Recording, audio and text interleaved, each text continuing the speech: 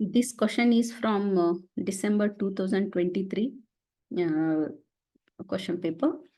The question is, industrial control system is very much necessary for real-time monitoring and controlling the process, and mention the OT components that are used to achieve this and explain any one detail. And so real time ಒಂದು industrial ಇರೋ process ಅನ್ನ monitor ಮಾಡಬೇಕು ಮತ್ತೆ control ಮಾಡಬೇಕು ಅಂತಂದ್ರೆ ICS ತುಂಬಾ important ಆಗುತ್ತೆ. ICS ಅಂದ್ರೆ ಇಂಡಸ್ಟ್ರಿಯಲ್ ಕಂಟ್ರೋಲ್ ಸಿಸ್ಟಮ್ ಅಂತ. ಹಾಗಾದ್ರೆ ಈ ಇಂಡಸ್ಟ್ರಿಯಲ್ ಕಂಟ್ರೋಲ್ ಸಿಸ್ಟಮ್ ಅಲ್ಲಿ ಉಪಯೋಗಿಸುವಂತಹ OT ಕಾಂಪೊನೆಂಟ್ಸ್ಗಳು ಯಾವುದು ಅನ್ನೋ ಲಿಸ್ಟ್ ಮಾಡಿ ಮತ್ತೆ ಯಾವುದಾದ್ರೂ ಒಂದನ್ನ ಎಕ್ಸ್ಪ್ಲೇನ್ ಮಾಡಿ ಅಂತ ಕೇಳಿದೆ. ಸೊ ಲಿಸ್ಟ್ ಮಾಡೋಕ್ಕೆ 2 ಮಾರ್ಕ್ಸ್ ಇರುತ್ತೆ. ಸೊ ನೀವು ಯಾವ್ಯಾವ್ದು OT ಕಾಂಪೊನೆಂಟ್ಸ್ ಅನ್ನೋದನ್ನ ಲಿಸ್ಟ್ ಮಾಡಿ ಅದಾದ್ಮೇಲೆ ಒಂದನ್ನ ಎಕ್ಸ್ಪ್ಲೇನ್ ಮಾಡಿ. So in industrial control system, we use the OT components like PLC, programmable logic controller, HMI, RTU, SCADA. So istuna ನಾವು OT components ಆಗಿ ಯೂಸ್ ಮಾಡ್ತೀವಿ. So ಅದರ one after the other I'll explain. Let us study the first one, programmable logic controller. So these are industrial control devices. And they are designed for automation and control of various processes, either in manufacturing company or in industry or any other application. They are designed for automation and control. So these specialized digital computers, they are built to withstand very harsh industrial environment. Like very high temperature, very low temperature. So harsh environment ಅಲ್ಲಿ ಇದು work ಮಾಡೋಕೆ ಇವನ್ನ design ಮಾಡಿರ್ತಾರೆ. ಮತ್ತೆ real time control task ನ perform ಮಾಡೋಕೆ ಈ PLC ಗಳನ್ನ ಡಿಸೈನ್ ಮಾಡಿರ್ತಾರೆ. This is about PLC.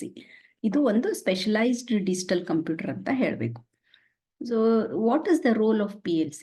The primary role of PLC is to monitor and control industrial process. ಅವಾಗಲೇ ಡೆಫಿನಿಷನ್ ಅಲ್ಲಿ ಹೇಳಿದ್ವಲ್ಲ, monitor and control industrial process ಅಂತ. ಸೊ ಇದನ್ನ ಕಂಟ್ರೋಲ್ ಮಾಡೋಕೆ, ಇಂಡಸ್ಟ್ರಿಯಲ್ ಪ್ರಾಸೆಸ್ ಅನ್ನು ಕಂಟ್ರೋಲ್ ಮಾಡೋಕೆ ಯೂಸ್ ಮಾಡ್ತಾರೆ. ಹೇಗೆ ಅದು ಕಂಟ್ರೋಲ್ ಮಾಡುತ್ತೆ? By receiving and processing input signal from sensors. So PLCಗೆ ಸೆನ್ಸರ್ಸ್ ಅನ್ನ ಕನೆಕ್ಟ್ ಮಾಡಿರ್ತಾರೆ. ಸೆನ್ಸರ್ಸ್ ಇಂದ ಇನ್ಪುಟ್ ಸಿಗ್ನಲ್ ನ ಅದು ತಗೊಳುತ್ತೆ. ಸೆನ್ಸರ್ಸ್ ಅಷ್ಟೇ ಅಲ್ಲ, ಬೇರೆ ಡಿವೈಸ್ ಗಳನ್ನು ಕೂಡ ಕನೆಕ್ಟ್ ಮಾಡಿರ್ತಾರೆ.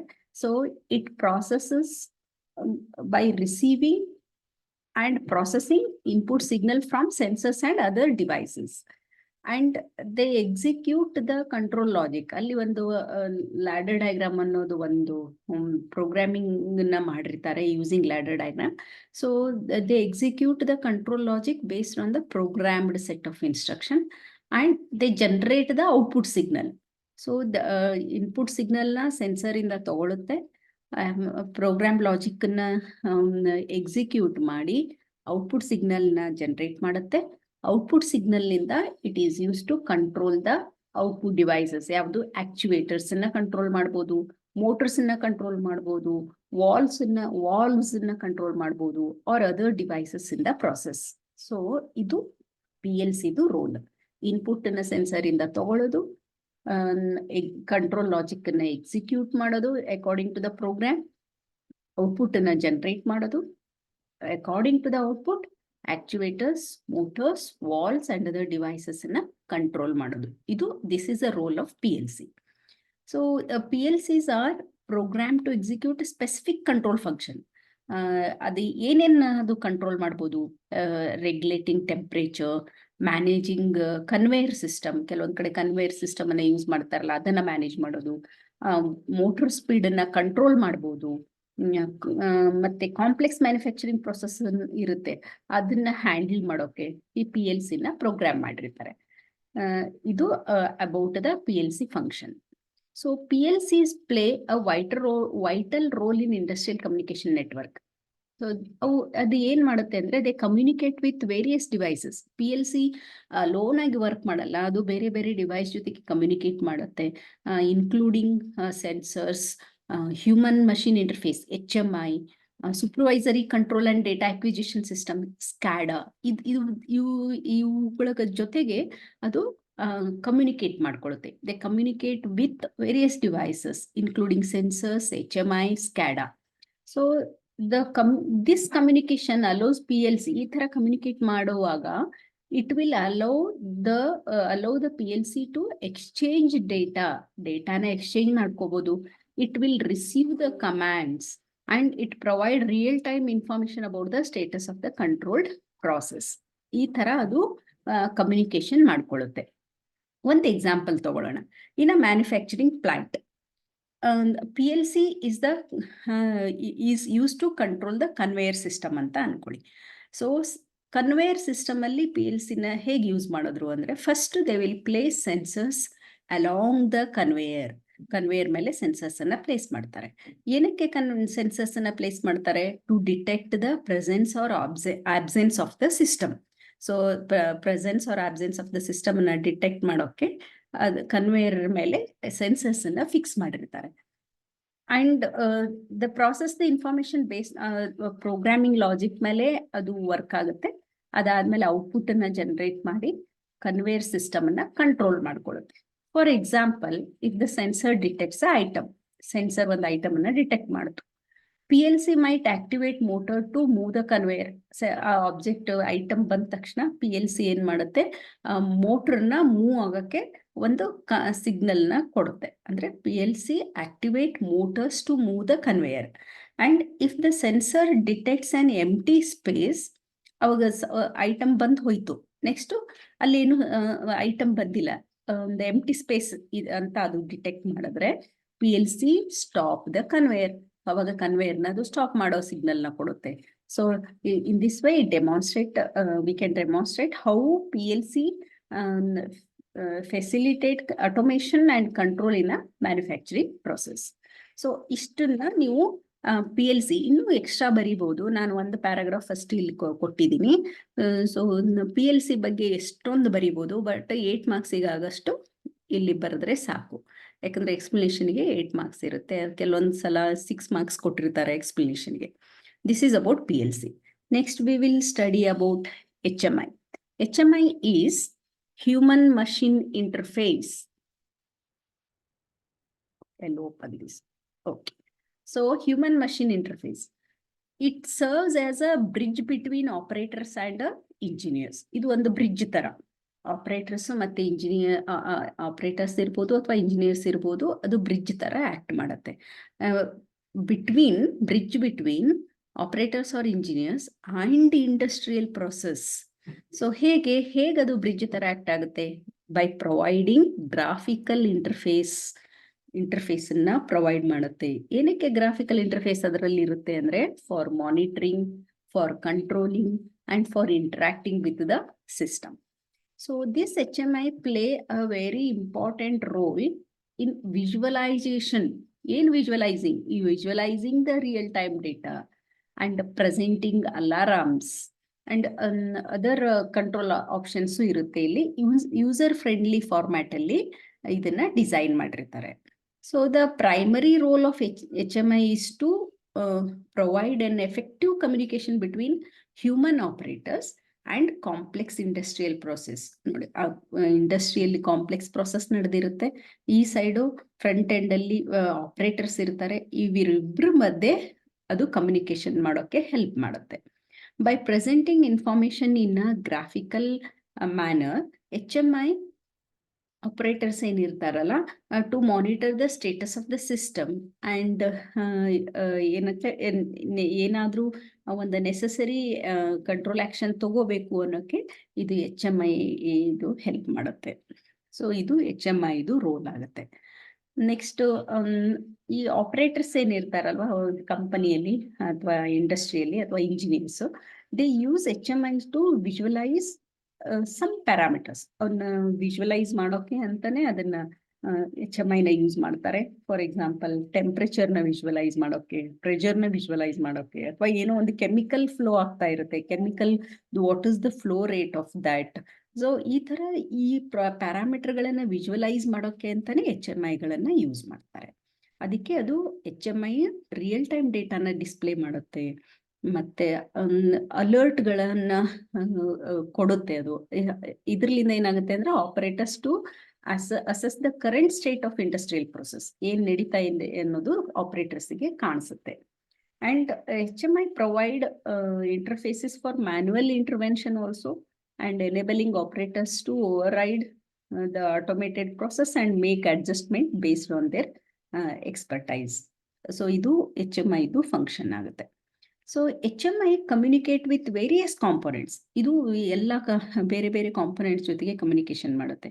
ಯಾವ್ಯಾವ್ದ್ರ ಜೊತೆ ಕಮ್ಯುನಿಕೇಶನ್ ಮಾಡುತ್ತೆ?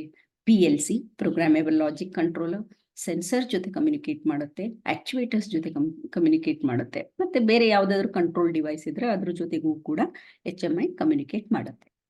So they receive data from these devices. HMI ಎಲ್ಲ ಈಗೇನು ಹೇಳಿದ್ನಲ್ಲ ಎಲ್ಲ ಡಿವೈಸಸ್ ಇಂದ ಡೇಟಾನ ತಗೊಳುತ್ತೆ ಮತ್ತೆ ಕಂಟ್ರೋಲ್ ಕಮಾಂಡ್ಸ್ ಅನ್ನ ಕಳಿಸುತ್ತೆ to influence the operation of the industrial process.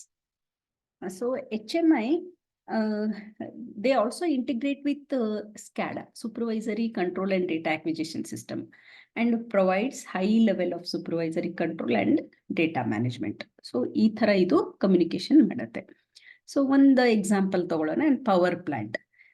HMI could be deployed to monitor and control various equipments. ಯಾವ್ಯಾವುದು? ಒಂದು ಪವರ್ ಪ್ಲಾಂಟ್ ತಗೊಂಡ್ರೆ ಅಲ್ಲಿ ಟರ್ಬೈನ್ಸ್ ಇರುತ್ತೆ, ಜನರೇಟರ್ಸ್ ಇರುತ್ತೆ, ಪಂಪ್ಸ್ ಇರುತ್ತೆ. ಸೊ ಇವನ್ನೆಲ್ಲ ಮಾನಿಟರ್ ಮತ್ತೆ ಕಂಟ್ರೋಲ್ ಮಾಡೋಕೆ HMI ನ ನಾವು ಉಪಯೋಗಿಸ್ಕೋಬಹುದು. ಎಲ್ಲಿ? ಪವರ್ ಪ್ಲಾಂಟ್ ಅಲ್ಲಿ. ರಿಯಲ್ ಟೈಮ್ ಡೇಟಾನ ಇದು real time status of each equipment, ಅದು ಟರ್ಬೈನದ್ದು ರಿಯಲ್ ಟೈಮ್ ಸ್ಟೇಟಸ್ ಇರ್ಬೋದು, ಜನರೇಟರ್ದ ರಿಯಲ್ ಟೈಮ್ ಸ್ಟೇಟಸ್ ಇರ್ಬೋದು, ಪಂಪ್ಸ್ದು ರಿಯಲ್ ಟೈಮ್ ಸ್ಟೇಟಸ್ ಅನ್ನ ಇದು ಡಿಸ್ಪ್ಲೇ ಮಾಡುತ್ತೆ. ಸೊ ಆಪರೇಟರ್ಸ್ ಏನ್ ಮಾಡ್ತಾರೆ? They use HMI to start or stop the equipment. So ಅದನ್ನ ಟರ್ಬೈನ್ ಅನ್ನ ಸ್ಟಾಪ್ ಮಾಡೋದಾಗ್ಲಿ ಅಥವಾ ಸ್ಟಾರ್ಟ್ ಮಾಡೋದಾಗ್ಲಿ ಆಪರೇಟರ್ಸು HMI ನ ಉಪಯೋಗಿಸ್ಕೊಂಡು they start or stop the equipment.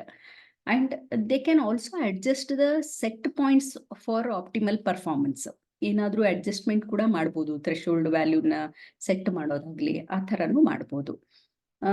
ಮತ್ತೆ they respond to the alarms or abnormal conditions. So ಈ ಥರ HMI ನ ನಾವು ಉಪಯೋಗಿಸ್ಕೋಬಹುದು. This is all about HMI. Next RTU, remote terminal unit. So remote terminal unit, it is a specialized device. ಇದು ಒಂದು device. It is designed to collect data from sensor. ನೋಡಿ ಯಾವ್ಯಾವ್ದು data sensors ಇಂದ ತಗೊಳುತ್ತೆ. ಯಾವಾಗಲೇ PLC ಓದಿದ್ವಿ, ಅದನ್ನು ತಗೊಳುತ್ತೆ. HMI ಓದಿದ್ವಿ, ಅದು collect ಮಾಡುತ್ತೆ. ಅದೇ ತರ RTU is also designed to collect data from sensors and equipment located in remote locations. ಯಾವುದಾದ್ರೂ ಇಕ್ವಿಪ್ಮೆಂಟ್ಸು ಅನ್ನ ರಿಮೋಟ್ ಲೊಕೇಶನ್ ಅಥವಾ ಡಿಸ್ಟ್ರಿಬ್ಯೂಟೆಡ್ ಲೊಕೇಶನ್ ಅಲ್ಲಿ ಅದನ್ನ ಲೊಕೇಟ್ ಆಗಿದ್ರೆ ಅಲ್ಲಿಂದ ಡೇಟಾನ ಇದು ಕಲೆಕ್ಟ್ ಮಾಡ್ಕೊಳ್ಳುತ್ತೆ. ಅದಕ್ಕೆ ಅದರ ಹೆಸರು ರಿಮೋಟ್ ಟರ್ಮಿನಲ್ ಯೂನಿಟ್ ಅಂತ ಇರೋದು. So remote terminal units they are used in industry. Oil and gas ಇಂಡಸ್ಟ್ರಿಯಲ್ಲಿ ಯೂಸ್ ಮಾಡ್ತಾರೆ ಜಾಸ್ತಿ. ವಾಟರ್ ಮ್ಯಾನೇಜ್ಮೆಂಟ್ ಅಲ್ಲಿ ಯೂಸ್ ಮಾಡ್ತಾರೆ. And to monitor and control asset spread across large geographical areas ಇರುತ್ತಲ್ಲ ಅಲ್ಲೆಲ್ಲ ಮಾನಿಟರ್ ಮತ್ತೆ ಕಂಟ್ರೋಲ್ ಮಾಡೋಕೆ ಇದನ್ನ ಉಪಯೋಗಿಸ್ಕೊಳ್ತಾರೆ. This is about the introduction about the RTU. So the primary role of RTU is to serve as a data acquisition and control unit in remote location. Data acquisition system ಅಂತ ಒಂದು ಓದ್ತೀವಲ್ವಾ, ಅದಕ್ಕೆ ಇದು act ಆಗುತ್ತೆ. ಅಂದ್ರೆ it serves as a data acquisition and control unit in remote location.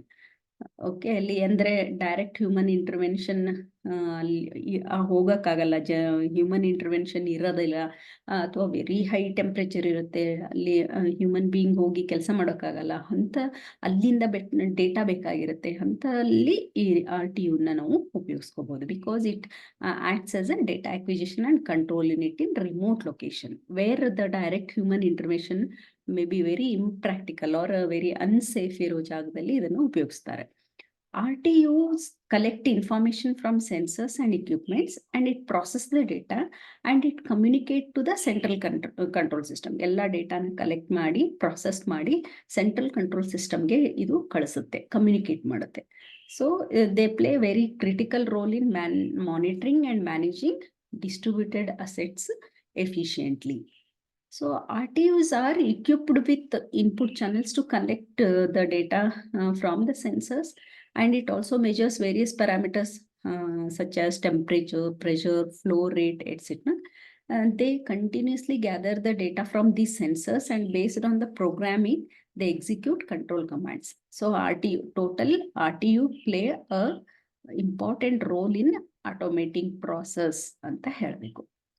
Okay, so then RTUs use communication protocol. ಅಂದ್ರೆ ಸುಮ್ಮನೆ ಡೇಟಾನ ಕಳಿಸೋಕೆ ತಗೊಳ್ಳೋಕೆ ಅದು communication protocols ಅನ್ನು ಯೂಸ್ ಮಾಡುತ್ತೆ to transmit the data over the network or to receive the data over the network, and to connect to the supervisory control and data acquisition system, or to send the data to the master devices.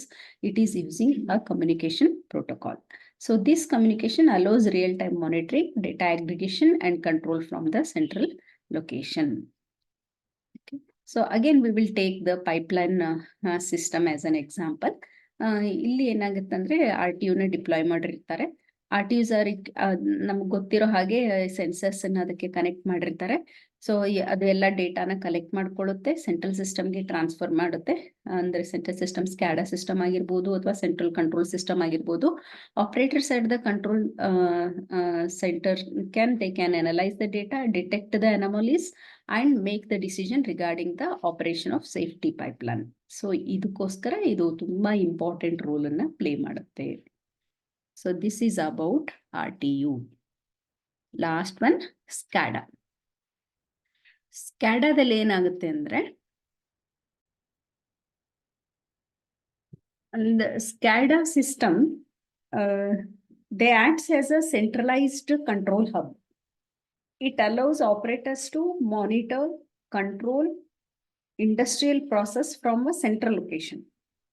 So this centralized control is especially beneficial for managing processes spread across the large geographical areas. So ಅಲ್ಲಿ SCADA ತುಂಬಾ help ಆಗುತ್ತೆ. Next, data collection and processing ಅಲ್ಲಿ SCADA ನ use ಮಾಡ್ಕೊಳ್ತಾರೆ. SCADA system collect real time data from variety of sources. ಎಲ್ಲೆಲ್ಲಿ SCADA ತುಂಬಾ important. ಅದು ತುಂಬಾ ಡಿವೈಸ್ ಇಂದ ಡೇಟಾನ ಕಲೆಕ್ಟ್ ಮಾಡುತ್ತೆ. RTU ಇಂದ ಡೇಟಾನ ಕಲೆಕ್ಟ್ ಮಾಡುತ್ತೆ, ರಿಮೋಟ್ ಟರ್ಮಿನಲ್ ಯೂನಿಟ್, ಮತ್ತೆ ರಿಮೋಟ್ ಟರ್ಮಿನಲ್ ಯೂನಿಟ್ ಇಂದ ಡೇಟಾನ ಕಲೆಕ್ಟ್ ಮಾಡುತ್ತೆ. ಅಂಡ್ ಇದು ಪ್ರೋಗ್ರಾಮೇಬಲ್ ಲಾಜಿಕ್ ಕಂಟ್ರೋಲರ್ PLC ಇಂದ ಡೇಟಾನ ಕಲೆಕ್ಟ್ ಮಾಡುತ್ತೆ. ಬೇರೆ ಬೇರೆ ಸೆನ್ಸರ್ಗಳಿಂದ ಕೂಡ ಇದು ಡೇಟಾನ ಕಲೆಕ್ಟ್ ಮಾಡುತ್ತೆ. ಸೊ ದಿಸ್ ಡೇಟಾ ಇಸ್ ಇದೆಲ್ಲ ಕಲೆಕ್ಟ್ ಮಾಡಿರೋ ಡೇಟಾನ ಪ್ರಾಸೆಸ್ ಮಾಡಿ and presented in user friendly interface for operators to analyse. ಆಪರೇಟರ್ಸ್ಗೆ ಅನಲೈಸ್ ಮಾಡೋಕೆ ಈಸಿಯಾಗಿ ಅದು ಪ್ರೆಸೆಂಟ್ ಮಾಡುತ್ತೆ. ಅದು ಇಂಪಾರ್ಟೆಂಟ್ ಫಂಕ್ಷನ್ SCADAದು. ಅಂಡ್ ಒಂದು HMI ಅಂತ ಇಷ್ಟೊತ್ತನ ಓದಿದ್ವಲ್ಲ, HMI it is a important component of a SCADA system ಇದು. So it provides operator with visual representation of the industrial process. So that is about HMI already kaltidira. Next, SCADA system can generate alerts and notification. Alerts ಮತ್ತೆ notification ಕೂಡ generate ಮಾಡುತ್ತೆ. In response to ಯಾವಾಗಿದು alerts ಮತ್ತೆ notification generate ಮಾಡುತ್ತೆ ಅಂದ್ರೆ ಏನಾದರೂ abnormal condition ಆದ್ರೆ, ಏನಾದರೂ critical events ಆದ್ರೆ generate ಮಾಡುತ್ತೆ. This helps operators take immediate corrective actions and prevent or mitigate the potential issues. So SCADA systems enable operator to send control commands to remote devices. Remote place alliro devices ge control command anna kalisoke SCADA system na use ಮಾಡ್ತಾರೆ. Remote place ಅಲ್ಲಿ ಯಾವ್ಯಾವ್ದು ಇರುತ್ತೆ, RTU ಇರುತ್ತೆ, PLC ಇರುತ್ತೆ, ಅದಕ್ಕೆ control command ಅನ್ನ ಕಳಿಸುತ್ತೆ SCADA system. So ಇದರಿಂದ ಏನಾಗುತ್ತೆ ಅಂದ್ರೆ ರಿಯಲ್ ಟೈಮ್ ಅಡ್ಜಸ್ಟ್ಮೆಂಟ್ ಇನ್ ಇಂಡಸ್ಟ್ರಿಯಲ್ ಪ್ರಾಸೆಸ್ ಆಗುತ್ತೆ. very important point SCADAದಲ್ಲಿ ಅಂದ್ರೆ it uses communication protocols to communicate with the field devices. So ಯಾವ ಕಮ್ಯುನಿಕೇಶನ್ ಪ್ರೋಟೋಕಾಲ್ಸ್ ಯೂಸ್ ಮಾಡುತ್ತೆ ಅಂದ್ರೆ Modbus ಅನ್ನ ಯೂಸ್ ಮಾಡುತ್ತೆ, ಮತ್ತೆ OPC ನ ಯೂಸ್ ಮಾಡುತ್ತೆ. ಸೊ ಈ ತರ ಕಮ್ಯುನಿಕೇಶನ್ ಪ್ರೋಟೋಕಾಲ್ಸ್ ಅನ್ನ ಯೂಸ್ ಮಾಡ್ಕೊಳ್ಳುತ್ತೆ. ರಿಲಯಬಲ್ ಕಮ್ಯುನಿಕೇಶನ್ ಆಗುತ್ತೆ SCADAದಿಂದ, SCADA ಸಿಸ್ಟಮ್. ಈ ತರ SCADA ಸಿಸ್ಟಮ್ ಅನ್ನ ಉಪಯೋಗಿಸ್ಕೊಂಡು ಇಂಡಸ್ಟ್ರಿಯಲ್ ಪ್ರಾಸೆಸ್ ಅನ್ನ ಕಂಟ್ರೋಲ್ ಮತ್ತೆ ಆಪರೇಟ್ ಮಾಡ್ತಾರೆ. Okay, so this is all about the answer for question number 2B. So ಇಲ್ಲಿ OT ಕಾಂಪೊನೆಂಟ್ಸ್ ಮೆನ್ಷನ್ ಮಾಡಿ ಅಂತ ನಾನು ಲಿಸ್ಟ್ ಇಲ್ಲಿ ಮಾಡಿಲ್ಲ, ನೀವು ಲಿಸ್ಟ್ ಮಾಡಿಬಿಡ್ಬೇಕು. ಲಿಸ್ಟಿಗೆ PLC, RTU, HMI, SCADA ಇದನ್ನ ಮೆನ್ಷನ್ ಮಾಡಿದ್ರೆ ಮಾರ್ಕ್ಸ್ ಇರುತ್ತೆ. ಆ್ಯಂಡ್ ಅದರಲ್ಲಿ ಯಾವುದಾದ್ರೂ ಒಂದನ್ನು ಎಕ್ಸ್ಪ್ಲೈನ್ ಮಾಡೋಕೆ ಹೇಳಿದ್ದಾರೆ, ಒಂದನ್ನು ಎಕ್ಸ್ಪ್ಲೈನ್ ಮಾಡಿ. ಸೊ ಒಂದು ಮಿನಿಮಮ್ 4 ಪಾಯಿಂಟ್ಸ್ ಆದರೂ ಇರಬೇಕು. ಸೊ ಅವಾಗ ನಿಮಗೆ ಅದಕ್ಕೆ 8 ಮಾರ್ಕ್ಸ್ ಸಿಗುತ್ತೆ.